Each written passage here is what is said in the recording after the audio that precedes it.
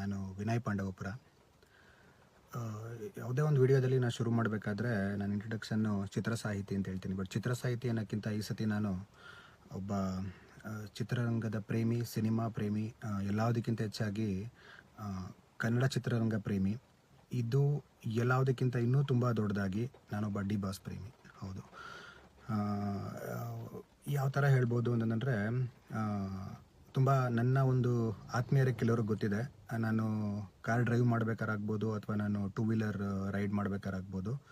So earphone ರೈಡಲ್ಲಿ two wheeler ride ಮಾಡೋದಾದರೆ earphone first ನನ್ನ ಸಾಂಗ್ ಆನ್ ಆಗುತ್ತೆ, ಆಮೇಲೆ ನನ್ನ ಗಾಡಿ ಸ್ಟಾರ್ಟ್ ಆಗುತ್ತೆ.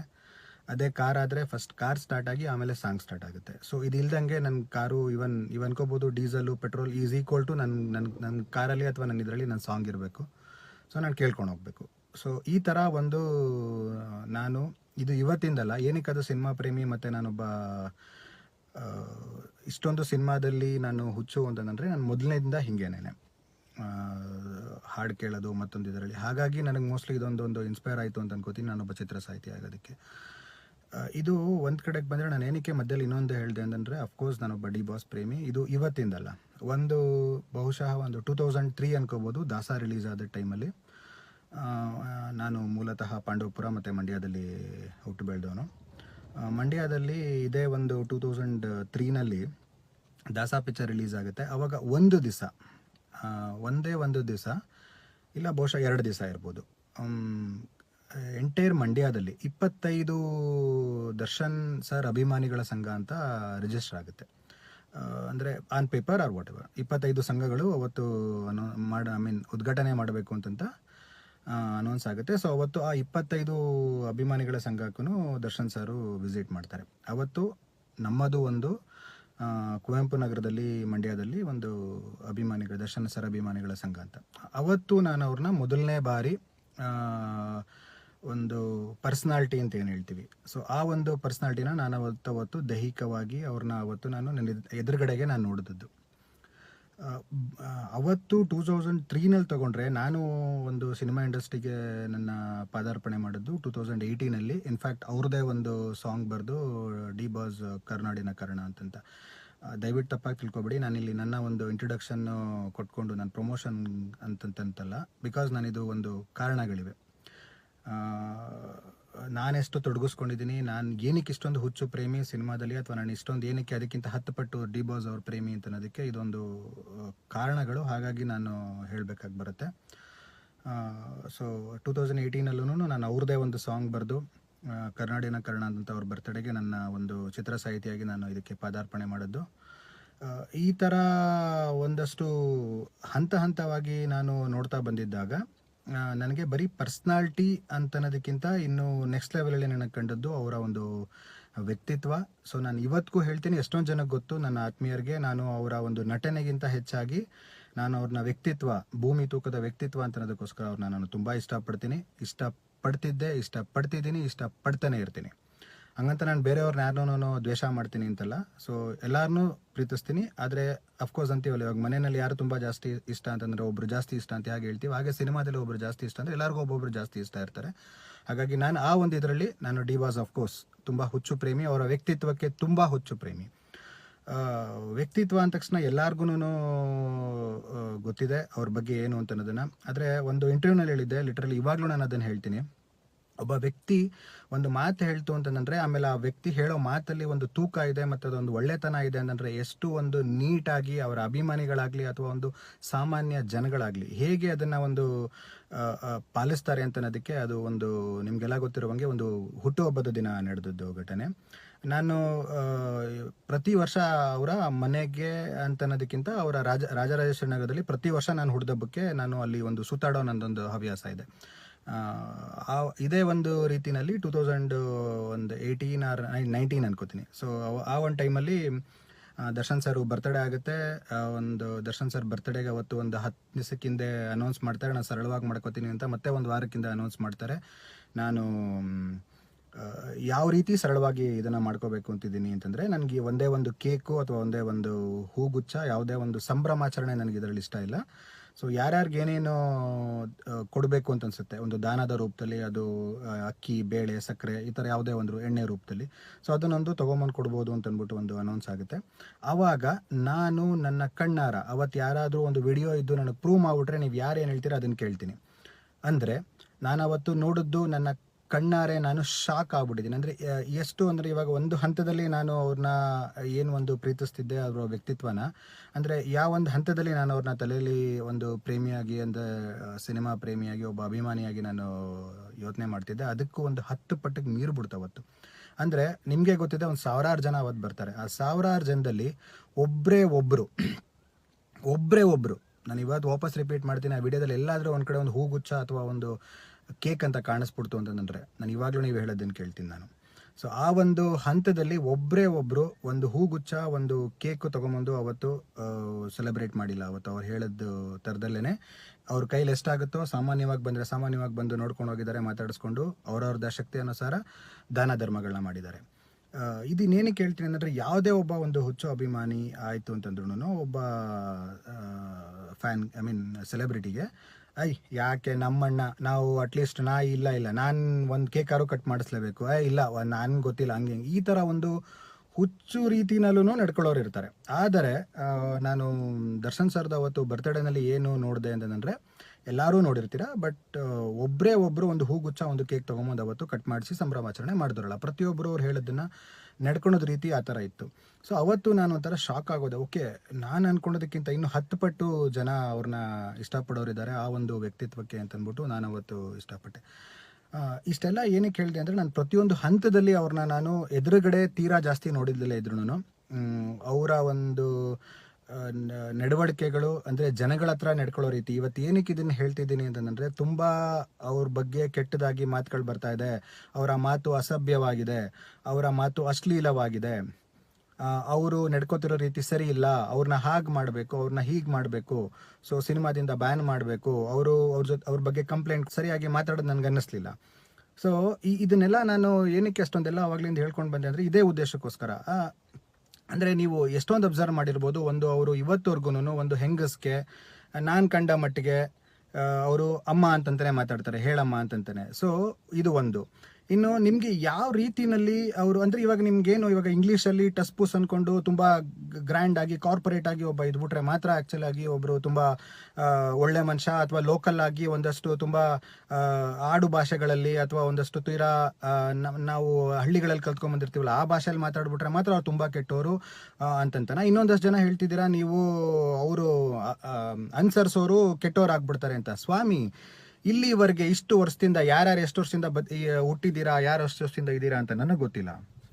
ಸೊ ನಾನು ಒಂದು ಹೇಳೋದೇನು ಅಂತಂದರೆ, ಇಷ್ಟು ವರ್ಷದಿಂದ ಇದ್ದು ಬೆಳೀತಿರೋರು ನೀವು ಎಷ್ಟು ಜನ, ಎಷ್ಟು ಒಳ್ಳೆಯವ್ರ ಹತ್ರ ಎಷ್ಟು ಒಳ್ಳೇದು ಕಲ್ತಿದ್ದೀರಾ ಆ ಒಂದು ರೀತಿ ಇಲ್ಲ. ನಾನು ಅವತ್ತು ನೋಡಿದ್ದೆ, ನಾನು ನೋಡಿಲ್ಲ ಅಂತನಕ್ಕಿಂತ ಕೇಳಿದ್ದೆ. ಒಂದು ರೀತಿಯಲ್ಲಿ ರಾಜ್ಕುಮಾರ್ ಸರ್ ಅವತ್ತೊಂದು ರೈತಾಪಿ ಒಂದು ಸಿನಿಮಾ ಮಾಡಿದ್ರು, ಅವತ್ತು ಎಷ್ಟೊಂದು ಜನ ರೈತರಾದರು. ವಿಷ್ಣುವರ್ಧನ್ ಸರ್ ಒಂದು ಯಜಮಾನ ಅಂತನೋ ಪಿಕ್ಚರ್ ಮಾಡಿದ್ರು, ಆ ಒಂದು ಯಜಮಾನ ಪಿಕ್ಚರಲ್ಲಿ ಎಷ್ಟೊಂದು ಮನೆ ಒಂದಾಗಿರೋದು ಇದೆ. ಸೊ ಹೌದು, ಅವತ್ತಾದ್ಮೇಲೆ ಅನುಸರಿಸ್ತಿದ್ದಾರೆ. ಬಟ್ ಒಬ್ಬ ವ್ಯಕ್ತಿಯಿಂದ ನೀವು ಹಾಳಾಗ್ತಿದ್ದೀರಾ ಅಂತಂದರೆ, ಸಾರಿ, ಅವ್ರು ಮಾಡಿರೋ ತುಂಬ ಒಳ್ಳೆ ಕೆಲಸಗಳಿವೆ. ಎಷ್ಟು ಒಳ್ಳೆ ಕೆಲಸಗಳು ಬೇಕು. ನಾನು ಇದರಲ್ಲಿ ಹೇಳ್ತಾ ಹೋಯ್ತು ಅಂದರೆ ನನಗೆ ಒಂದು ಅರ್ಧ ಗಂಟೆ ಟೈಮ್ ಬೇಕಾಗುತ್ತೆ, 1 ಗಂಟೆಗೆಲ್ಲ ಟೈಮ್ ಬೇಕಾಗುತ್ತೆ. ಆದರೆ ನನಗಿಂತ ಮುಂಚೆ ವಿಡಿಯೋ ಮಾಡಿರೋ ಎಷ್ಟೊಂದು ಜನ ಮಾಡಿದ್ದಾರೆ ಅವ್ರು ಒಳ್ಳೇದ ಬಗ್ಗೆ. ಎಷ್ಟು ಹೇಳಬೇಕು, ಎಷ್ಟು ಅವರು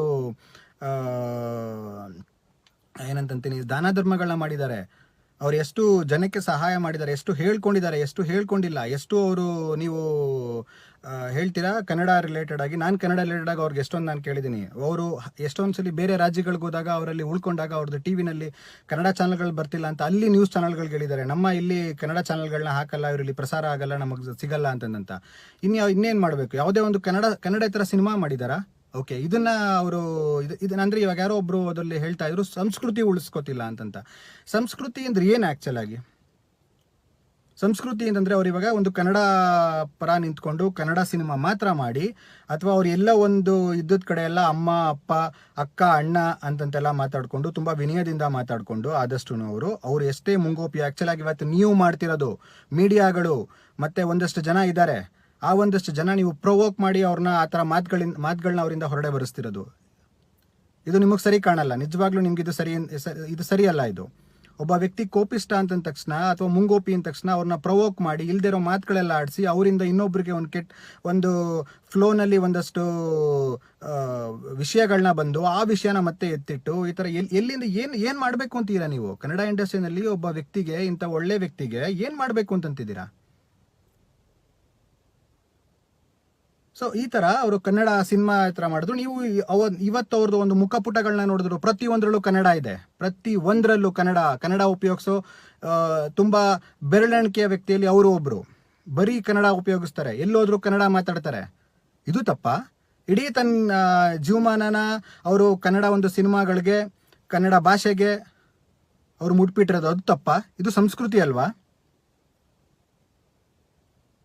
ಒಬ್ಬ ವ್ಯಕ್ತಿನ ತಗೊಂಬಂದು ಯಾರೋ ಒಬ್ರು ಒಂದು ಹೆಸರಿದ್ದಾರೆ ಅಂದ ತಕ್ಷಣ ಒಂದು ರಾಯಭಾರಿಯಾಗಿ ಮಾಡಲ್ಲ, ಅಥವಾ ಒಂದು ರಾಯಭಾರಿಯಾಗಿ ಮಾಡಿದ್ರು ಅಂದ ತಕ್ಷಣ ಅವ್ರು ಶೋಕಿ ಮಾಡ್ತಿಲ್ಲ ಅಲ್ಲಿ. ಸೊ ನಿಮಗೆ ಗೊತ್ತು, ಮೊನ್ನೆ ಆದಾಗ ಆ ಒಂದು ಕರೋನಾ ಟೈಮಲ್ಲೂ ಅವರು ಒಂದೇ ಒಂದು ಕರೆ ಕೊಟ್ಟೋದಕ್ಕೆ ಎಷ್ಟು ಕೋಟಿ ಬಂತು. ಇದು ಒಳ್ಳೆತನ ಅಲ್ವಾ? ನಿಮಗೆ ಒಬ್ಬ ವ್ಯಕ್ತಿ ಒಂದು ಜೋರಾಗಿ ಮಾತಾಡಿ ಅಥವಾ ಒಂದು ಕೋಪಿಸ್ಟನಾಗಿ ಮಾತಾಡಿ ಅಥವಾ ನಾಳೆ ಏನೋ ಒಂದಷ್ಟು 4 ಲೋಕಲ್ ಲ್ಯಾಂಗ್ವೇಜಲ್ಲಿ ಮಾತಾಡಿ ಹಾಗೆ ಹೀಗೆ ಅಂದ ತಕ್ಷಣ ನೀವು ಅವ್ನು ಕೆಟ್ಟೋನಾ? ಓಕೆ, ಇದು ಒಂದು ಕಡೆ. ನಾನು ಇನ್ನೊಂದು ವಿಷಯ ನಾನು ಒಂದಷ್ಟು ಕೊರಗೆ ಅಂತಂದರೆ ಅದು ಯಾವುದು ಸರಿ ತಪ್ಪು. ನಾನಿವತ್ತು ಯಾರು ಸರಿ ಯಾರು ತಪ್ಪು ಅದ್ರ ಬಗ್ಗೆ ಮಾತಾಡ್ತಿಲ್ಲ. ಯಾಕೆ ಈ ಥರ ಮಾಡ್ತಿದ್ದೀರಾ ಕನ್ನಡ ಇಂಡಸ್ಟ್ರಿನಲ್ಲಿ? ಇದೇ ನಾನೊಂದು 5 ವರ್ಷದಿಂದ ನಾನು ತುಂಬ ಅಂದರೆ ಕನ್ನಡ ಇಂಡಸ್ಟ್ರಿಗೆ ಹತ್ತಿರ ಆಗ್ತಾ ಒಂದಷ್ಟು ಆ್ಯಕ್ಟಿವ್ ಆಗ್ತಾ ನಾನು ನೋಡ್ತಿರೋದು ಏನಿದೆ, ಇದೇ ಒಂದು 4-5 ವರ್ಷದಿಂದ ಯಾವುದೋ ಒಂದು ಸಂದರ್ಭ ಅಥವಾ ಯಾವುದೋ ಒಂದು ವಿಷಯದಲ್ಲಿ ಅವರು ಸಿಗಾಕೊಂಡ್ರು ಅಂತ ಅನ್ನೋದಕ್ಕೋಸ್ಕರ ಅವ್ರನ್ನ ಇಲ್ದೇದುದು ಎಲ್ಲದೂ ಅವ್ರ ವಿಷಯವಾಗಿ ಹೇಳಿದ್ರಿ. ಅವ್ರು ಇವತ್ತು ವಾಪಸ್ ಬಂದೇ ಇಲ್ಲ, ವಾಪಸ್ ಬರಲೇ ಇಲ್ಲ ಅವರು. ನಾನು ಮತ್ತೆ ಹೇಳ್ತಿದ್ದೀನಿ, ಯಾರು ತಪ್ಪು ಯಾರು ಸರಿ ನಮ್ಗಿಲ್ಲಿ ಬೇಕಿಲ್ಲ. ನೀವು ಏನು ಮಾಡಬೇಕು ಅಂತ ಹೊರಟಿದ್ದೀರಾ? 6 ತಿಂಗಳಿಗೆ, 1 ವರ್ಷಕ್ಕೆ ಒಬ್ಬೊಬ್ರು ಬರ್ತೀರಾ, ಒಬ್ಬೊಬ್ರು ಕ್ಯಾಮ್ರಾ ಮುಂದೆ ಹೀರೋ ಆಗ್ತೀರಾ. ಇಡೀ ಚಿತ್ರರಂಗದಲ್ಲಿ ಇಡೀ ಜೀವನನ ಅವರು ಸಿನಿಮಾಗೋಸ್ಕರ ಕಳೆದು ಬರೀ ಪರದೆ ಮುಂದೆ ಅಲ್ದಲೆ ಪರದೆ ಹಿಂದೆ ಕೂಡ ನಾಯಕ ನಟನಾಗಿ, ಅಂತಂದರೆ ಪರದೆ ಹಿಂದೆ ಕೂಡ ಒಬ್ಬ ನಾಯಕನಾಗಿ ತನ್ನ ತನ್ನ ಜನಗಳಿಗೆ, ಕರ್ನಾಟಕ ಜನಗಳಿಗೆ ಎಷ್ಟು ಅವರು ಸಹಾಯ ಮಾಡೋಕ್ಕಾಗುತ್ತೋ ಅಂತ ಸಹಾಯ ಮಾಡ್ತಿರೋ ವ್ಯಕ್ತಿಗೆ ನೀವು ಇವತ್ತು ಈ ಕಳಂಕನ ತರಬೇಕು ಅಂತಂತಿದ್ದೀರಾ? ನಿಮ್ಗೇನು ಅಂಥದ್ದೇನು ಕೆಟ್ಟದ್ದು ಕಾಣ್ತಾ ಇದೆ? ಅದಾದ್ಮೇಲೆ ಅವ್ರು ವಾಪಸ್ ಮಾಡಿದ್ರಿ, ಅವರು ವಾಪಸ್ ಬರೋದಕ್ಕೆ ಇವತ್ತು ತುಂಬ ಕಷ್ಟಪಡ್ತಿದ್ದಾರೆ. ಏನು ಮಾಡಬೇಕು ಅಂತಂತಿದ್ದೀರಾ? ಕನ್ನಡ ಇಂಡಸ್ಟ್ರಿನ ನೀವು ಏನು ಮಾಡಬೇಕು ಅಂತಂತಿದ್ದೀರಾ? ಸ್ವಾಮಿ, ಪ್ರತಿಯೊಬ್ಬರು ಇಡೀ ಕರ್ನಾಟಕದಲ್ಲಿ ಎಷ್ಟು ಜನಸಂಖ್ಯೆ ಇದೆ ಆಯ್ತಾ, ಇವತ್ತವರೆಗೂ ಒಬ್ರು ತಪ್ಪು ಮಾಡದೇ ಇರೋರಿಲ್ಲ. ಅವ್ರವ್ರ ಹಂತದಲ್ಲಿ ಅವ್ರವ್ರು ತಪ್ಪು ಮಾಡಿದ್ದಾರೆ ಅಂದರೆ ನೀವು ಲೆಕ್ಕಾಚಾರ ಯಾವುದೋ ಒಂದು ಕಡೆ ಇದೆ ತಪ್ಪು, ಎಲ್ಲಿ ಯಾರು ಮಾಡ್ತಿರ್ತಾರೆ ಅವ್ರು ಸಿಗಾಕೊಳ್ಳೋರ್ಗೆ ಮಾತ್ರ ಅವರು ಅಷ್ಟೇನೆ ತಪ್ಪು, ಅದಕ್ಕಿಂತ ಹಿಂದೆ ತಪ್ಪಲ್ಲ ಅಂತಂದ್ಬಿಟ್ಟು ನಿಮ್ಮ ರೀತಿ ಹಾಗಾದ್ರೆ ಮಾತಾಡೋರೆಲ್ಲ ತಪ್ಪು. ಈ ಥರ ಒಂದಷ್ಟು ಕಡೆ ಬಂದು ಸಣ್ಣ ಪುಟ್ಟ ಗಲಾಟೆ ಆಗುತ್ತೆ ಅಥವಾ ಏನೋ ಒಂದು ಮುಂಗೋಪ ಇರುತ್ತೆ, ಒಂದೆರಡು ಮಾತಾಡ್ತಾರೆ, ಅವ್ರು ಮಾತ್ರ ಕೆಟ್ಟವರು ಅಂತಾನೆ? ಇಲ್ಲ ಕಾರ್ಪೊರೇಟ್ ಆಗಿ ತುಂಬ ಸ್ಟ್ಯಾಂಡರ್ಡ್ ಆಗಿ ನನಗೆ ಇದೊಂದಷ್ಟು ಮಾತುಗಳಿವೆ. ಆ್ಯಕ್ಚುಲ್ ಆಗಿ ನೀವು ಇಂಗ್ಲೀಷಲ್ಲಿ ಏನು ಬೇಕಾದರೂ ಮಾತಾಡಿದ್ರು ಅದು ತುಂಬ ಇದಲ್ಲ ಅಂತಂದರೆ ನಾನು ಅದನ್ನು ಯೂಸ್ ಮಾಡಬಾರ್ದು ಆ ಪದಾನ. ನಾನು ಆ ಥರ ಅಲ್ಲ ವ್ಯಕ್ತಿ. ಸೊ ಆ ಥರ ಯೂಸ್ ಮಾಡಿದ್ರೆ ಮಾತ್ರ ತುಂಬ ಸ್ಟ್ಯಾಂಡರ್ಡ್ ಆಗಿ ಇಂಗ್ಲೀಷಲ್ಲಿ ಯೂಸ್ ಮಾಡ್ಕೋಬೋದು. ಕನ್ನಡದಲ್ಲಿ ಅದನ್ನೇನಾದ್ರು ಒಂಥರ ಮಾತಾಡ್ಬಿಟ್ರೆ ಅವ್ನು ತುಂಬ ಕೆಟ್ಟವನು. ಸೊ ಏನು ಮಾಡಬೇಕು ಅಂತೀರಾ ನೀವು? ಪ್ರತಿಯೊಬ್ಬ ವ್ಯಕ್ತಿಗಳನ್ನ ಆ್ಯಕ್ಚುಲ್ ಆಗಿ ನೀವು ಈ ಥರ ಸೈಡಿಗೆ ತಳ್ತಾ ಇಂಡಸ್ಟ್ರಿಯಿಂದ ಹೊರಗಡೆ ಹೋಗಿಸ್ಬೇಕು ಅಂತಂತಾನೆ ನೀವು ನಿಂತಿದ್ದೀರಾ ಅಂತನಾ? ವರ್ಷಕ್ಕೊಂದ್ಸತಿ ಬರ್ತೀರಾ, ನಾನು ಇದನ್ನು ಹೇಳ್ತೀನಿ, ವರ್ಷಕ್ಕೊಂದ್ಸತಿ ಬರ್ತೀರಾ, ನಿಮಗೆ ಏನು ಅನ್ಸುತ್ತೋ ಅದನ್ನು ಮಾತಾಡ್ತೀರಾ ಮೀಡಿಯಾಗಳ ಮುಂದೆ. ಮೀಡಿಯಾದವರು ಅವರು ಆ್ಯಕ್ಚುಲ್ ಆಗಿ ಅವ್ರದ್ದೇ ಅದೊಂದು ಸಂಪಾದನೆ ಅಂತಿರುತ್ತೆ ಅಥವಾ ಅವ್ರದ್ದೇ ಅದೊಂದು ವೃತ್ತಿ ಅಂತಿರುತ್ತೆ. ಅದನ್ನು ಇವತ್ತು ಅವ್ರು ಹೆಂಗೆ ಅಳವಡಿಸ್ಕೊಂಡು ಬಂದಿದ್ದಾರೆ, ನಾನು ಅದನ್ನು ಕಂಪೇರ್ ಮಾಡಲ್ಲ, ತಪ್ಪು ಸರಿ ಅಂತಂತಲ್ಲ, ಅದೆಲ್ಲ ಜನಗಳು ನೋಡ್ಕೋತಾರೆ. ಸೊ ಅವರು ಇವ್ರ ಹತ್ರಕ್ಕೆ ಬರ್ತಾರೆ, ಇವ್ರ ಹತ್ರ ಮಾತಾಡ್ತಾರೆ, ಇವರಿಂದ ತಗೊಂಡೋಗಿ ಅವ್ರ ಹತ್ರ ಮಾತಾಡ್ತಾರೆ. ಈ ಪ್ರವೋಕ್ನೆಸ್ ಎಲ್ಲಿವರೆಗೆ ಏನು ಮಾಡಬೇಕು ಅಂತೀರಾ? ಇದು ಎಲ್ಲದಕ್ಕೂ ಹೇಳ್ತೀನಿ, ಇದೇ ಒಂದು ಹೀರೋಗಳಾಗಿ ಮುಂದೆ ಬಂದು ನೀವು ಮೀಡಿಯಾ ಮುಂದೆ ನಿಂತ್ಕೋತಿದ್ದೀರಲ್ಲ, ಯಾವುದಕ್ಕಾದ್ರೂ ಒಂದಕ್ಕೆ ಕರೆಕ್ಟಾಗಿ ಒಂದು ಕಂಪ್ಲೇಂಟ್ ಕೊಟ್ಟು ಒಂದು ಸಾಕ್ಷಿ ಕೊಡೋದನ್ನ ಪ್ರೂವ್ ಮಾಡೋಕ್ಕಾಗಿದೆಯಾ ನಿಮಗೆ? ಮಾಡಿದ್ದೀರಾ? ಹೋಗ್ಲಿ, ತಂದಾಕ್ತೀರಾ, ಹೋಗ್ತೀರಾ, ಗಲಾಟೆ ಎಬ್ಬಿಸ್ತೀರಾ, ಅವ್ರು ವಾಪಸ್ ಬರಲೇಬಾರ್ದು. ಹೆಣ್ಮಕ್ಳಾಯ್ತು ಅಂದ್ರೂ ಬರಲೇಬಾರ್ದು ಪಾಪ. ಸೊ ಈ ಥರ ನೀವು ಮಾಡಬೇಕು ಅಂತ ಹೊರಟಿದ್ರಲ್ಲ, ಏನು ನಿಮ್ಮ ಉದ್ದೇಶ ಏನು? ನನಗೊಂದು ಅರ್ಥ ಆಗ್ತಿಲ್ಲ. ಇದು ತುಂಬ ನನ್ಗೆ ಒಳಗಡೆಯಿಂದ ಆಗ್ತಿರೋ ನೋವು. ಇದು ಎಲ್ಲಿವರೆಗೆ ಅಂತ. ನಾನು ಒಂದು ದಿವಸ ಓಕೆ, 2 ದಿವಸಕ್ಕೆ ಓಕೆ, ಯಾವುದೋ ಒಂದು ಶುರು ಆಯಿತು. ಓಕೆ, ಇನ್ನೂ ಒಂದು ಕೇಳ್ತೀನಿ. ನೀವು ಅವತ್ತು ನಾನು ಅದೊಂದು 2 ದಿವಸಕ್ಕೆ ಬರ್ದಿದ್ದೆ ನಾನು. ನೀವು ಅವತ್ತು ಜಾತಿ ಲೇಪನ ಕಟ್ಟಿದ್ರಿ. ಏನಕ್ಕೆ ಕಟ್ಟಿದ್ರಿ? ನಿಮ್ಗೆ ಗೊತ್ತಿತ್ತಾ? ಓಕೆ, ನೀವು ಹೇಳಿದ್ರಿ ಅವತ್ತು ನನಗೆ ಆ ವ್ಯಕ್ತಿ ಗೊತ್ತಿತ್ತು, ಓಡಿಸ್ಕೊಂಡವನು, ಅವ್ನು ನನ್ನ ಹತ್ರ ಮಾತಾಡ್ದ, ಅವ್ನು ನನಗೆಲ್ಲ ಹೇಳ್ದ ಅಂತ ಅಂದ್ಬಿಟ್ಟು. ನಿಮ್ಗೆ ಗೊತ್ತಿದ್ರೆ ಆ್ಯಕ್ಚುಲಾಗಿ ಅವ್ನು ಸುಳ್ಳು ಜಾತಿ ಯಾಕೆ ಹೇಳಿದ್ರಿ? ದಲಿತರು ಅಂತ ಯಾಕೆ ಹೇಳಿದ್ರಿ? ಯಾಕೆ ನೀವು ಈ ಥರ ಎಲ್ಲ ತಂದಾಕ್ಬೇಕು ಅಂತ ಮಾಡ್ತಿದ್ದೀರಾ ಜಾತಿನಲ್ಲಿ?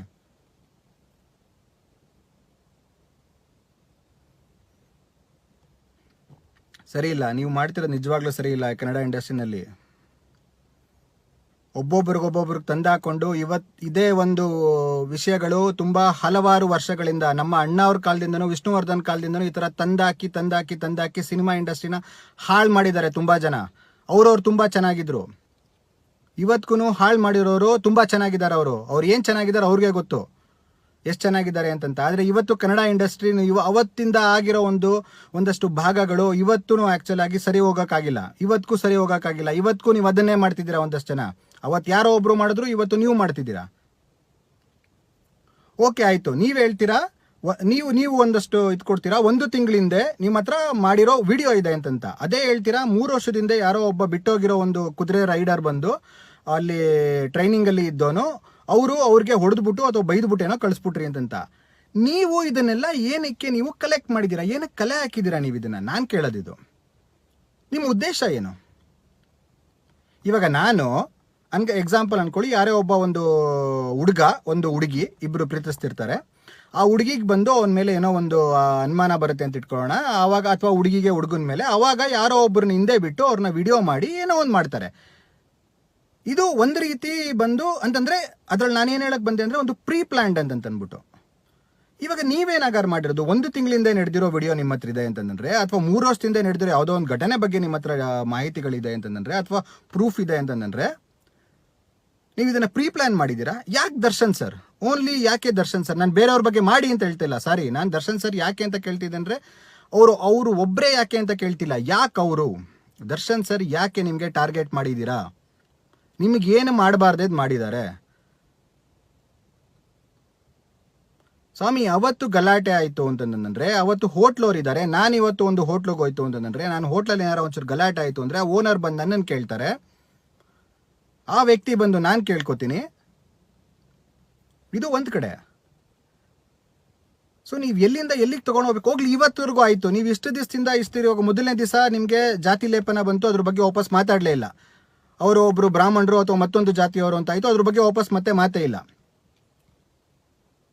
ಆಮೇಲೆ ನಿನ್ನೆ ಮೊನ್ನೆ ದರ್ಶನ್ ಅವ್ರು ಬಂದು ಯಾವುದೋ ಒಂದು ಪದ ಬಳಕೆ ಆಯಿತು ಅಂತ ಅಂದ್ಬಿಟ್ಟು ಹೇಳ್ತಾರೆ. ಆ ಪದ ಬಳಕೆ ನೀವೇ ಮಾತಾಡಿರೋದಿದೆ, ನಾನು ಆ ಥರ ಮಾತಾಡಿಲ್ಲ ಅಂತಂತೀರಾ.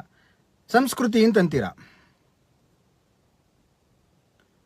ಇನ್ನು ದರ್ಶನ್ ಸರ್ ಒಂದು ಮಾತಾಡಿದ್ರು, ನಾನೊಬ್ಬ, ನನಗೆ ಎಷ್ಟು ಎಜುಕೇಷನ್ ಬೇಕು, ನನಗೆ ಎಷ್ಟು ವಿದ್ಯಾವಂತಿಕೆ ಬೇಕು, ನಾನು ಅದನ್ನು ಪಡ್ಕೊಂಡಿದ್ದೀನಿ ಅಂತ ನಿಮ್ಗೆ ಪ್ರೂಫ್ ಕೊಟ್ಟರು.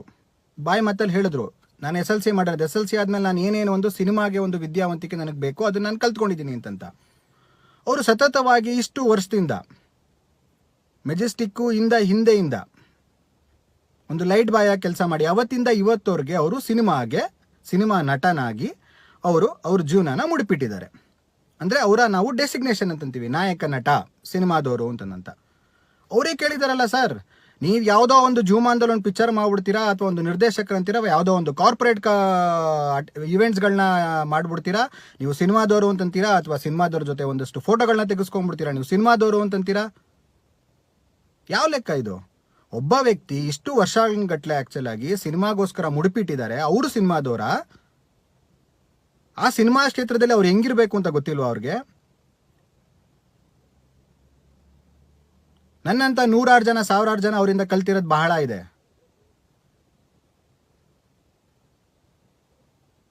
ನೀವು ಇವತ್ತು ಮಾಡ್ತಿರೋದು ಸರಿಯಲ್ಲ. ಇದು ಸಿನಿಮಾಗಳಲ್ಲಿ ವ್ಯಕ್ತಿಯಿಂದ ವ್ಯಕ್ತಿಗೆ ನೀವು ಭಾಗಗಳನ್ನು ಮಾಡಿ ಅವರಿಂದ ಇವ್ರನ್ನ ದೂರಪಡಿಸಿ ಇವರಿಂದ ಅವ್ರನ್ನ ದೂರಪಡಿಸಿ ಮಾಡ್ತಿರೋ ಸರಿ ಇಲ್ಲ ಇದು.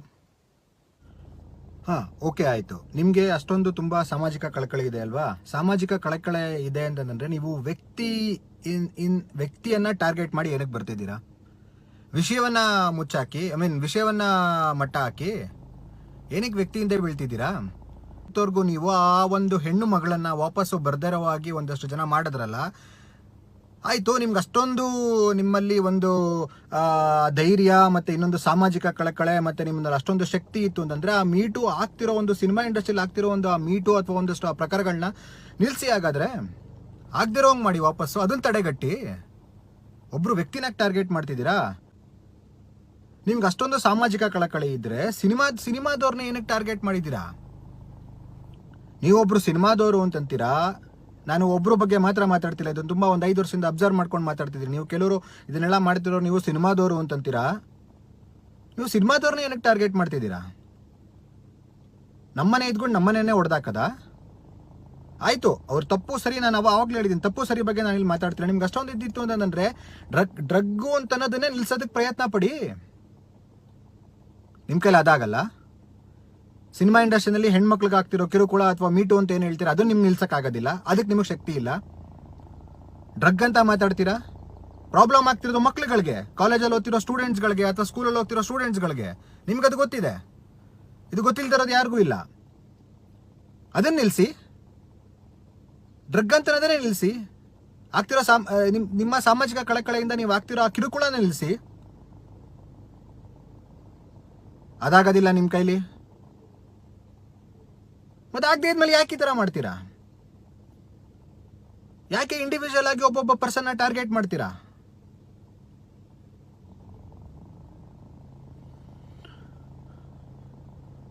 ಆಯಿತು, ಇವಾಗ ಇನ್ನೊಂದು 2-3 ದಿವಸ, 4 ದಿವಸ, 5 ದಿವಸ ಮರ್ತು ಬಿಡ್ತೀರಾ.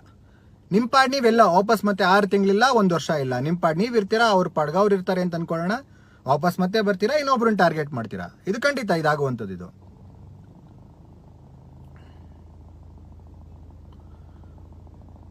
ಒಂದಂತೂ ಹೇಳ್ತೀನಿ, ಡಿ ಬಾಸ್ ಅನ್ನೋರ್ಗೆ ಎಷ್ಟು ಲಕ್ಷಾಂತರ ಅಭಿಮಾನಿ ಇದ್ದಾರೆ ಅಥವಾ ಕೋಟ್ಯಾಂತರ ಅಭಿಮಾನಿ ಇದ್ದಾರೆ, ಅಥವಾ ಯಾರೇ ಒಬ್ಬ ನಟನಿಗೆ ಒಬ್ಬರು ಲಕ್ಷಾಂತರ ಅಥವಾ ಕೋಟ್ಯಾಂತರ ಅಭಿಮಾನಿ ಇದ್ದಾರೆ ಅಂದರೆ ಕೇವಲ ಅವರ ನಟನೆಯಿಂದ ಮಾತ್ರ ಆಗಿರಲ್ಲ. ಅವ್ರನ್ನ ಅವ್ರನ್ನ ಒಳ್ಳೆ ವ್ಯಕ್ತಿತ್ವಗಳಿಂದನೂ ಅವ್ರನ್ನ ಪೂಜಿಸೋರು ಇರ್ತಾರೆ. ಸೊ ಅದಕ್ಕೋಸ್ಕರನೇ ಅವ್ರನ್ನ ಅಗಾಧವಾಗಿ ಅವರು ಪ್ರೀತಿಸೋದು. ಸೊ ಹಾಗಾಗಿ ಆ ಒಂದು ಅಭಿಮಾನಿಗಳಿದ್ದಾರೆ. ಎಲ್ಲದಕ್ಕಿಂತ ಹೆಚ್ಚಾಗಿ ಸಿನಿಮಾ ತಂಡ ಇದೆ. ನಾನು ವಾಪಸ್ ಮತ್ತೆ ಇದನ್ನು ಹೇಳ್ತಾ ಇದ್ದೀನಿ, ಸಿನಿಮಾ ತಂಡ ಇದೆ. ಸಿನಿಮಾದಲ್ಲಿ ನಾನು ಈ ಥರ ಅವ್ರನ್ನ ನಾನು ಬೇರೆ ರೀತಿಯಲ್ಲಿ ನಾನು ಹೇಳಕ್ಕೆ ಇಷ್ಟಪಡಲ್ಲ. ಉಪಯೋಗಿಸ್ಕೊಂಡ್ರು ಅಂತಂತ ಅವ್ರದ್ದಾದ ಒಂದಷ್ಟು ಕಾರ್ಯಕ್ರಮಗಳನ್ನ ಕರೆಸಿಸ್ಕೊಂಡ್ರು. ಓಕೆ, ಇದೆಲ್ಲ ಒಂದೊಂದು ಒಟ್ಟು ಕುಟುಂಬ. ಸಿನಿಮಾ ಅಂತ ಅನ್ನೋದು ಒಂದು ಒಟ್ಟು ಕುಟುಂಬ. ಪ್ರೀತಿಯಿಂದ ಅವ್ರು ಕರೆದಿರ್ತಾರೆ. ದೊಡ್ಡವರು ಅಂತನೋರು ಚಿಕ್ಕವ್ರಿಗೆ ಸಹಾಯ ಮಾಡಿರ್ತಾರೆ. ಅವರು ದೊಡ್ಡವರು ಚಿಕ್ಕವರಾಗಿದ್ದಾಗ ಅದಕ್ಕಿಂತ ಹಿಂದೆ ದೊಡ್ಡವ್ರ ಹತ್ರ ಅವರು ಸಹಾಯ ಪಡ್ಕೊಂಡಿರ್ತಾರೆ. ಇದು ಒಂದು ರೂಟೀನ್. ಇದು ಒಂದು ಗೋಲ್. ಇದು ಅಂತಂದ್ರೆ ಒಂದು ಚೆಂಡು ತರ ಇದೆ. ಅಂದ್ರೆ ಒಂದು ಸುತ್ತುತ್ತಾ ಇರುತ್ತೆ. ಒಬ್ರು ದೊಡ್ಡವರಾಗ್ತಾರೆ, ಚಿಕ್ಕವ್ರಿಗೆ ಸಹಾಯ ಮಾಡ್ತಾರೆ. ಆ ಚಿಕ್ಕವರು ಹಿಂದೆ ದೊಡ್ಡವರಾಗಕ್ಕೆ ಮುಂಚೆ ಇನ್ನೊಬ್ರು ದೊಡ್ಡವ್ರ ಹತ್ರ ಸಹಾಯ ತಗೊಂಡಿರ್ತಾರೆ. ಇದೆಲ್ಲ ಒಂದು ರೂಟೀನು. ಪ್ರತಿಯೊಂದು ಒಂದು ಕುಟುಂಬ. ಈ ಕುಟುಂಬನ ಹೊಡಿತಿದ್ದೀರಾ ನೀವು. ದರ್ಶನ್ ಸರ್ ಮೊನ್ನೆ ಒಂದು ಮಾತಾಡಿದ್ರು, ಅಷ್ಟು ನೊಂದ್ಕೊಂಡು ಮಾತಾಡಿದಾರೆ ಅಂದ್ರೆ ಅರ್ಥ ಮಾಡ್ಕೊಳ್ಳಿ. ಅವ್ರು ಇವತ್ತವರೆಗೂ ಅವ್ರು ಮಾಡೋ ಸಣ್ಣ ಪುಟ್ಟ ಹೆಲ್ಪ್ಗಳಿಂದ ಹಿಡಿದು ದೊಡ್ಡ ಮಟ್ಟದ ಸಹಾಯವರೆಗೂ ಯಾವತ್ತೂ ಅವ್ರಿಗೆ ಇವತ್ತವರೆಗೂ ಒಬ್ಬ ವ್ಯಕ್ತಿಗೆ ಹೇಳ್ಕೊಂಡವ್ರಲ್ಲ. ಅವರ ಅಭಿಮಾನಿಗಳಾಗಿ ನೋಡಿದವರು ಅಥವಾ ಯಾರೇ ಒಬ್ರು ಅವ್ರನ್ನ ಅಬ್ಸರ್ವ್ ಮಾಡಿದವರು ಅದ್ರ ಬಗ್ಗೆ ಒಂದಷ್ಟು ಜನ ಹೇಳಿರ್ಬೋದು. ಇಲ್ಲ ಯಾವ್ದಾದ್ರು ಒಂದಷ್ಟು ಕಾರ್ಯಕ್ರಮಗಳಲ್ಲಿ ಅದನ್ನ ಹೇಳುವಂಗೆ ಮಾಡಿರ್ಬೋದು. ವೀಕೆಂಡ್ ವಿತ್ ರಮೇಶ್ ಅಥವಾ ಮತ್ತೊಂದರಲ್ಲಿ ಅವರಾಗಿ ಅವ್ರು ಬಂದು ನಾನು ಇವ್ರಿಗೆ ಇದನ್ನ ಮಾಡಿದೆ, ಅವ್ರಿಗೆ ಇದನ್ನ ಮಾಡಿದೆ, ಯಾವತ್ತೂ ಅವ್ರಿಗೆ ಹೇಳ್ಕೊಂಡವ್ರು ಬಾಯಿ ಮುಚ್ಚಿಸ್ತವ್ರು ಹೌದು. ಆದರೆ ಮೊನ್ನೆ ಅವ್ರು ಎಷ್ಟು ಮನ ನೊಂದಿದ್ದಾರೆ ಅಂತಂದ್ರೆ, ಆಯ್ತು ಎಲ್ಲಾರು ಇಷ್ಟೋ ತನಕ ಇಷ್ಟು ದಿನ ಇದ್ಕೊಂಡು ಮಜಾ ತಗೊಂಡ್ರಿ ಅಲ್ವಾ, ಆಯ್ತು ನಾವು ಇನ್ಮೇಲೆ ಆರಾಮಾಗಿ ಮಜಾ ತಗೋತೀವಿ ಅಂತ ಅಂದ್ರೆ ಅನ್ಕೊಳ್ಳಿ. ಆ ಒಬ್ಬ ವ್ಯಕ್ತಿ ಎಷ್ಟು ನೊಂದಿದ್ದಾರೆ ಅಂತಂತ. ಒಬ್ಬ ವ್ಯಕ್ತಿ ತಾನು ನಿರೀಕ್ಷೆ ಮಾಡಿದ ಒಂದಷ್ಟು ಜನ ಆದದ್ದು ದಿನ ಘಟನೆಗಳಿಂದ ಅವ್ರಿಗೆ ಒಂದು ಒಳ್ಳೆ ರೀತಿಯಲ್ಲಿ ಪ್ರತಿಕ್ರಿಯೆ ಅವ್ರಿಗೆ ಕೊಡಲಿಲ್ಲ ಅಥವಾ ಒಂದು ಒಳ್ಳೆ ರೀತಿಯಲ್ಲಿ ಅವ್ರಿಗೆ ಸಾಥ್ ಕೊಡಲಿಲ್ಲ ಅಂತ ತಕ್ಷಣ ಒಬ್ಬ ವ್ಯಕ್ತಿ ನೊಂದ್ಕೋತಾನೆ. ಯಾಕಂದರೆ ಅವನು ನಿಸ್ವಾರ್ಥಿ ಆಗಿರ್ತಾನೆ. ಏನು ನಿರೀಕ್ಷೆ ಇಲ್ದಂಗೆ ಸಹಾಯ ಮಾಡಿರ್ತಾನೆ. ತನ್ನ ಜೀವನನ ತನಗೋಸ್ಕರ ಅಂತನ್ನೋದಕ್ಕಿಂತ ಜಾಸ್ತಿ ಸಿನಿಮಾಗೋಸ್ಕರ ಮತ್ತು ಮತ್ತೊಬ್ಬರಿಗೋಸ್ಕರ ಮುಡಿಪಾಗಿಟ್ಟಿರ್ತಾನೆ. ಆ ಒಂದು ನಿಸ್ವಾರ್ಥತೆ ಮನಸ್ಸಿಗೆ ಗೊತ್ತಿರ್ತದೆ ಅದೆಷ್ಟು ನೊಂದಿರುತ್ತೆ ಅಂತ. ಆ ನೊಂದಿರೋ ಮಾತು ಮೊನ್ನೆ ಮಾತಾಡಿರೋದವರು ನೋಡಿ. ಇಷ್ಟು ನಾನೊಬ್ಬ ಸಿನಿಮಾ ಪ್ರೇಮಿಯಾಗಿ, ಒಬ್ಬ ಚಿತ್ರ ಸಾಹಿತಿಯಾಗಿ, ಮತ್ತು ಎಲ್ಲದಕ್ಕಿಂತ ಹೆಚ್ಚಾಗಿ 10 ಪಟ್ಟು 100 ಪಟ್ಟು ನಾನೊಬ್ಬ ಡಿ ಬಾಸ್ನ ವ್ಯಕ್ತಿತ್ವದ ಅಭಿಮಾನಿಯಾಗಿ ನಾನಿಷ್ಟು ಮಾತಾಡಿದ್ದೀನಿ. ಬಹುಶಃ ನಾನು ಇದರಲ್ಲಿ ಎಷ್ಟು ಜನಕ್ಕೆ ಕೆಟ್ಟವನಾಗ್ತೀನಿ, ಎಷ್ಟು ಜನಕ್ಕೆ ಒಳ್ಳೆಯವನಾಗ್ತೀನಿ, ನನಗದು ಲೆಕ್ಕ ಬೇಡ. ನಾನು ನಿಜವಾಗ್ಲೂ ಅದ್ರ ಬಗ್ಗೆ ನಾನು ತಲೆ ಕೆಡಿಸ್ಕೊಳ್ಳಲ್ಲ. ಒಬ್ಬ ವ್ಯಕ್ತಿ ಬಗ್ಗೆ ನನಗೆ ಮಾತಾಡಬೇಕು ಅಂತ ಅನ್ನಿಸ್ತು. ಎಲ್ಲದಕ್ಕಿಂತ ಹೆಚ್ಚಾಗಿ ಒಬ್ಬ ಒಳ್ಳೆ ವ್ಯಕ್ತಿ ಬಗ್ಗೆ ಎಲ್ಲರಲ್ಲೂ ಕಾಣೋ 100 ವಿಷಯಗಳಲ್ಲಿ ಎಲ್ಲರದ್ರಲ್ಲೂ ಭಾಗಶಃ ಎಷ್ಟು ಅವ್ರಿಗೆ ಒಳ್ಳೆತನ ಇರುತ್ತೆ, ಎಲ್ಲದರಲ್ಲೂ ಅಷ್ಟೇ ಕೆಲವೊಂದಷ್ಟು ಭಾಗಶಃ ಕೆಟ್ಟತನ ಇದ್ದೇ ಇರುತ್ತೆ. ಓಕೆನಾ? ಯಾಕಂದರೆ ಎಲ್ಲರೂ ಒಬ್ಬರು ಮನುಷ್ಯರು. ಸೊ ಮಾಡೋ 80% ಅವ್ರದ್ದೇನು ಒಳ್ಳೆತನ ಇರುತ್ತೆ, ನಿಮಗೆ ಮನಸ್ಸಿದ್ರೆ ಅದನ್ನು ಒಳ್ಳೆದನ್ನು ಎತ್ತಿಡಿರಿ. ಅಷ್ಟೇನೆ ನಾನು ಹೇಳಕ್ಕೆ ಇಷ್ಟಪಡೋದು. ಬಿಕಾಸ್ ನೀವೇನೋ ಹೇಳ್ತಿರಲ್ಲ, ಸಂಸ್ಕೃತಿ ಉಳಿಬೇಕು, ಒಳ್ಳೆತನ ಉಳಿಬೇಕು, ಹಾಗೆ ಹೀಗೆ ಅಂತಂತ. ನಾಳೆ ನಡೆದೇನು ಅಂತಂದರೆ, ಒಬ್ಬ ವ್ಯಕ್ತಿನ ಎಲ್ಲಿವರೆಗೆ ನೀವು ಅವ್ರು ಮಾಡ್ತಿರೋ ಒಳ್ಳೆ ಕೆಲಸನ ಎತ್ತಿಡಿತೀರ, ಆ ಒಳ್ಳೆ ಕೆಲಸ 10 ಜನದಿಂದ 100 ಜನಕ್ಕೆ, 100 ಜನದಿಂದ 1,00,000 ಜನಕ್ಕೆ ಗೊತ್ತಾಗುತ್ತೆ. ಆ 10 ಜನ 100 ಜನ 1,00,000 ಜನ ಮಾತ್ರ ಆ ಒಳ್ಳೆಯದನ್ನು ನೀವು ಒಬ್ಬರ ಬಗ್ಗೆ ಹೇಳಿ ಆ ಒಳ್ಳೆತನ ತೋರಿಸ್ಕೊಟ್ಟಾಗ ಮಾತ್ರ ಆ ಒಳ್ಳೆತನ ಫಾಲೋ ಆಗುತ್ತೋ ಹೊರತು ನೀವೇನೋ ಒಂದು 100ರಲ್ಲಿ 10, 5, 2 ಈ ಥರ ಬೆರಳೆಣಿಕೆಯಷ್ಟು ನೀವೇನೋ ಕೆಟ್ಟದ್ದು ತೋರಿಸ್ತಿದ್ದು, ಅಥವಾ ಅವರೇನೋ ಆ ಒಂದು ಕೆಟ್ಟದ್ದು ಹೊರಡೆ ಕಾಣಿಸ್ಕೊಂಡ್ಬಿಡ್ತು ಅಂದ ತಕ್ಷಣ ಅದನ್ನು ಫಾಲೋ ಮಾಡಿ, ಅದನ್ನು ಪಾಲನೆ ಮಾಡಿ, ಅದನ್ನು ಅವ್ರು ಅನುಸರಿಸ್ಕೊಂಡ್ಬಿಡ್ತಾರೆ ಅಂದರೆ ಸಾರಿ. ಯಾರಿಂದ ಯಾರು ಇವತ್ತು ಆ ಥರ ಎಲ್ಲ ಕೆಟ್ಟದನ್ನು ಕಲ್ತ್ಕೊಳ್ಳೋದು ಇಲ್ಲ. ಆ ಥರ ಕೆಟ್ಟದ್ದು ಕಲ್ತ್ಕೊಳ್ಳೋಂಗಿರೋ ತುಂಬ ಇದೆ. ಸೊ ಹಾಗಾಗಿ ನನಗನ್ಸೋದನ್ನು ನಾನು ಮಾತಾಡಿದ್ದೀನಿ. ಇನ್ನು ಕೇಳುಗರಿಗೆ ನಾನು ಎಷ್ಟು ಸರಿ ಎಷ್ಟು ತಪ್ಪು, ನಾನು ಮಾತಾಡೋದು ಎಷ್ಟು ಸರಿ ಇದೆ ಎಷ್ಟು ಸರಿ ಇಲ್ಲ, ಏನು ಮಾತಾಡೋದು ಬಿಟ್ಟಿದ್ದೀನಿ, ಏನು ಮಾತಾಡೋದು ಸೇರಿಸ್ಕೊಂಡಿದ್ದೀನಿ, ಇದೆಲ್ಲ ನಿಮಗೆ ಬಿಟ್ಟದ್ದು. ಸೊ ಹಾಗಾಗಿ ನಾನು ಇವತ್ತು ವಾಪಸ್ ಮತ್ತೆ ಕೇಳಿದೆ, ದಯವಿಟ್ಟು ಮೀಡಿಯಾಗಳ ಮುಂದೆ ಬಂದು ಇನ್ನು ಮುಂದೆ ಯಾರು ಹೀರೋ ಆಗೋ ಪ್ರಯತ್ನ ಮಾಡಬೇಡಿ. ನಿಮ್ಮ ಕೈಲಾಯಿತು ಅಂತಂದರೆ ನೀವು 4 ಜನಕ್ಕೆ ಸಹಾಯ ಮಾಡಿ, ಅಷ್ಟೇ ನಾನು ಹೇಳೋದು. ಸೊ ಇನ್ನೊಬ್ಬರು ಸಹಾಯ ಮಾಡೋದನ್ನು ಸಹಿಸ್ಕೊಳ್ಳಿ, ಇನ್ನೊಬ್ಬರು ಸಹಾಯ ಮಾಡೋದನ್ನು 4 ಜನಕ್ಕೆ ತೋರಿಸಿ, ಅವ್ರನ್ನ ಆ ಥರ ಮಾಡಿದಾಗ ಇನ್ನೂ 4 ಜನಕ್ಕೆ ಒಳ್ಳೇದು ಮಾಡ್ತಾರೆ. ಇವತ್ತು ನೀವೇ ನೋಡಿ, ಅಪ್ಪಿತಪ್ಪಿ ನನಗೆ ಗೊತ್ತಿರುವಂಗೆ ನಮ್ಮ ದರ್ಶನ್ ಸರ್, ಡಿ ಬಾಸ್ ಅವರು ಯಾವುದೇ ಕಾರಣಕ್ಕೂ ಅವರ ಒಂದು ಒಳ್ಳೆ ವ್ಯಕ್ತಿತ್ವ ಮತ್ತು ಅವರ ಒಂದು ದಾನ ಧರ್ಮ ಯಾವತ್ತೂ ಅವ್ರು ನಿಲ್ಲಿಸೋದು ಇಲ್ಲ. ಯಾವುದೇ ಕಾರಣಕ್ಕೂ ಅದು ಅವರು ಬದಲಾಗೋದಿಲ್ಲ. ಸೊ ನನಗೆ ನಂಬಿಕೆ ಇದೆ, ಯಾವುದೇ ಒಂದು ನೀವೇನೇ ಪ್ರವೋಕ್ ಮಾಡಿ ಅಥವಾ ಅವ್ರು ಯಾವುದೇ ಒಳ್ಳೆತನಗಳನ್ನ ನೀವು ಇವತ್ತು ಯಾಕಂದರೆ ಒಬ್ಬ ವ್ಯಕ್ತಿ ಒಂದು ಎಷ್ಟು ಒಳ್ಳೇದು ಮಾಡ್ತಿರ್ತಾನೋ, ಯಾವುದೋ ಒಂದಷ್ಟು ಇನ್ಸಿಡೆಂಟ್ಗಳು, ಇವತ್ತು ಯಾರೇ ಒಬ್ಬ ಕೆಟ್ಟವನಾಗಿದ್ರು ಅವನು ಅದಕ್ಕಿಂತ ಮುಂಚೆ ಒಳ್ಳೆಯವನಾಗಿರ್ತಾನೆ. ಆ ಒಳ್ಳೆ ವ್ಯಕ್ತಿ ಒಂದಷ್ಟು ಇರೋದು ತುಂಬ ಕಡಿಮೆನಲ್ಲಿ, ಮತ್ತು ಇಲ್ದಿರೋದನ್ನೆಲ್ಲ ಜಾಸ್ತಿ ಅವನಿಗೆ ಅವಮಾನ ಆದಾಗ ಅಥವಾ ವ್ಯಕ್ತಿಗೆ ತುಂಬ ನೋವಾದಾಗ, ನಾನು ಯಾಕಾದರೂ ಇಷ್ಟೊಂದು ಒಳ್ಳೇದು ಮಾಡಿದ್ರಿಂದನೇ ನನಗೆ ಈ ಥರ ಆಯಿತಾ ಅಂತಂತ ಅನ್ನಿಸ್ದಾಗ ಮಾತ್ರ ಆ ವ್ಯಕ್ತಿ ಕೆಟ್ಟದಾಗಿ ಹೋಗೋಕ್ಕೆ ಸಾಧ್ಯ.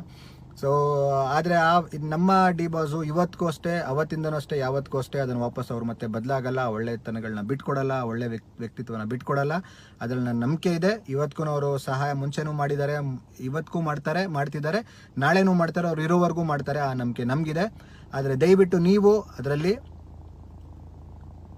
ಮೊಸರಲ್ಲಿ ಕಲ್ಲು ಹುಡ್ಕೋದು ಕೆಲಸ ಮಾಡಬೇಡಿ ದಯವಿಟ್ಟು. ಸೊ ಇಷ್ಟೇ ನಾನು ಹೇಳೋಕ್ಕೆ ಇಷ್ಟಪಟ್ಟದ್ದು. ನಮಸ್ಕಾರ ಎಲ್ಲರಿಗೂ. ನಾನು ವಿನಯ್ ಪಾಂಡವಪುರ. ಸೊ ಆದಷ್ಟು ಎಲ್ಲರೂ ಒಳ್ಳೇದು ಮಾಡಿ, ದರ್ಶನ್ ಸರ್ಗೆ ಒಳ್ಳೇದಾಗಲಿ. ನಾನು ಇದ್ದೆ ಅಂದರೆ ನಾವು ಇದ್ವು, ಇವತ್ತಿದ್ದೀವಿ. ನಾವು ಯಾವತ್ತಿಗೂ ದರ್ಶನ್ ಸರ್ ಹಿಂದೆ, ಕನ್ನಡ ಚಿತ್ರರಂಗ ಹಿಂದೆ, ಜೊತೆಗೆ ನಾವು ನಿಂತಿರ್ತೀವಿ, ಸದಾಕಾಲ ಇರ್ತೀವಿ. ನಮಸ್ತೆ. ಈ ಮಾಹಿತಿ ನಿಮಗೆ ಇಷ್ಟವಾಗಿದ್ದರೆ ಲೈಕ್ ಮಾಡಿ, ಶೇರ್ ಮಾಡಿ, ಹಾಗೆ ನಮ್ಮ ಕೋಸ್ಟಲ್ ಕನ್ನಡ ಯೂಟ್ಯೂಬ್ ಚಾನಲ್ಗೆ ಸಬ್ಸ್ಕ್ರೈಬ್ ಮಾಡಿ. ನಮ್ಮ ಹೆಚ್ಚಿನ ಅಪ್ಡೇಟ್ಸ್ಗಳಿಗಾಗಿ ಕೋಸ್ಟಲ್ ನೆಟ್ವರ್ಕ್ ಇನ್ಸ್ಟಾಗ್ರಾಮ್ ಪೇಜ್ ಹಾಗೆ ಫೇಸ್ಬುಕ್ ಪೇಜ್ಗೆ ವಿಸಿಟ್ ಮಾಡಿ. ಧನ್ಯವಾದಗಳು.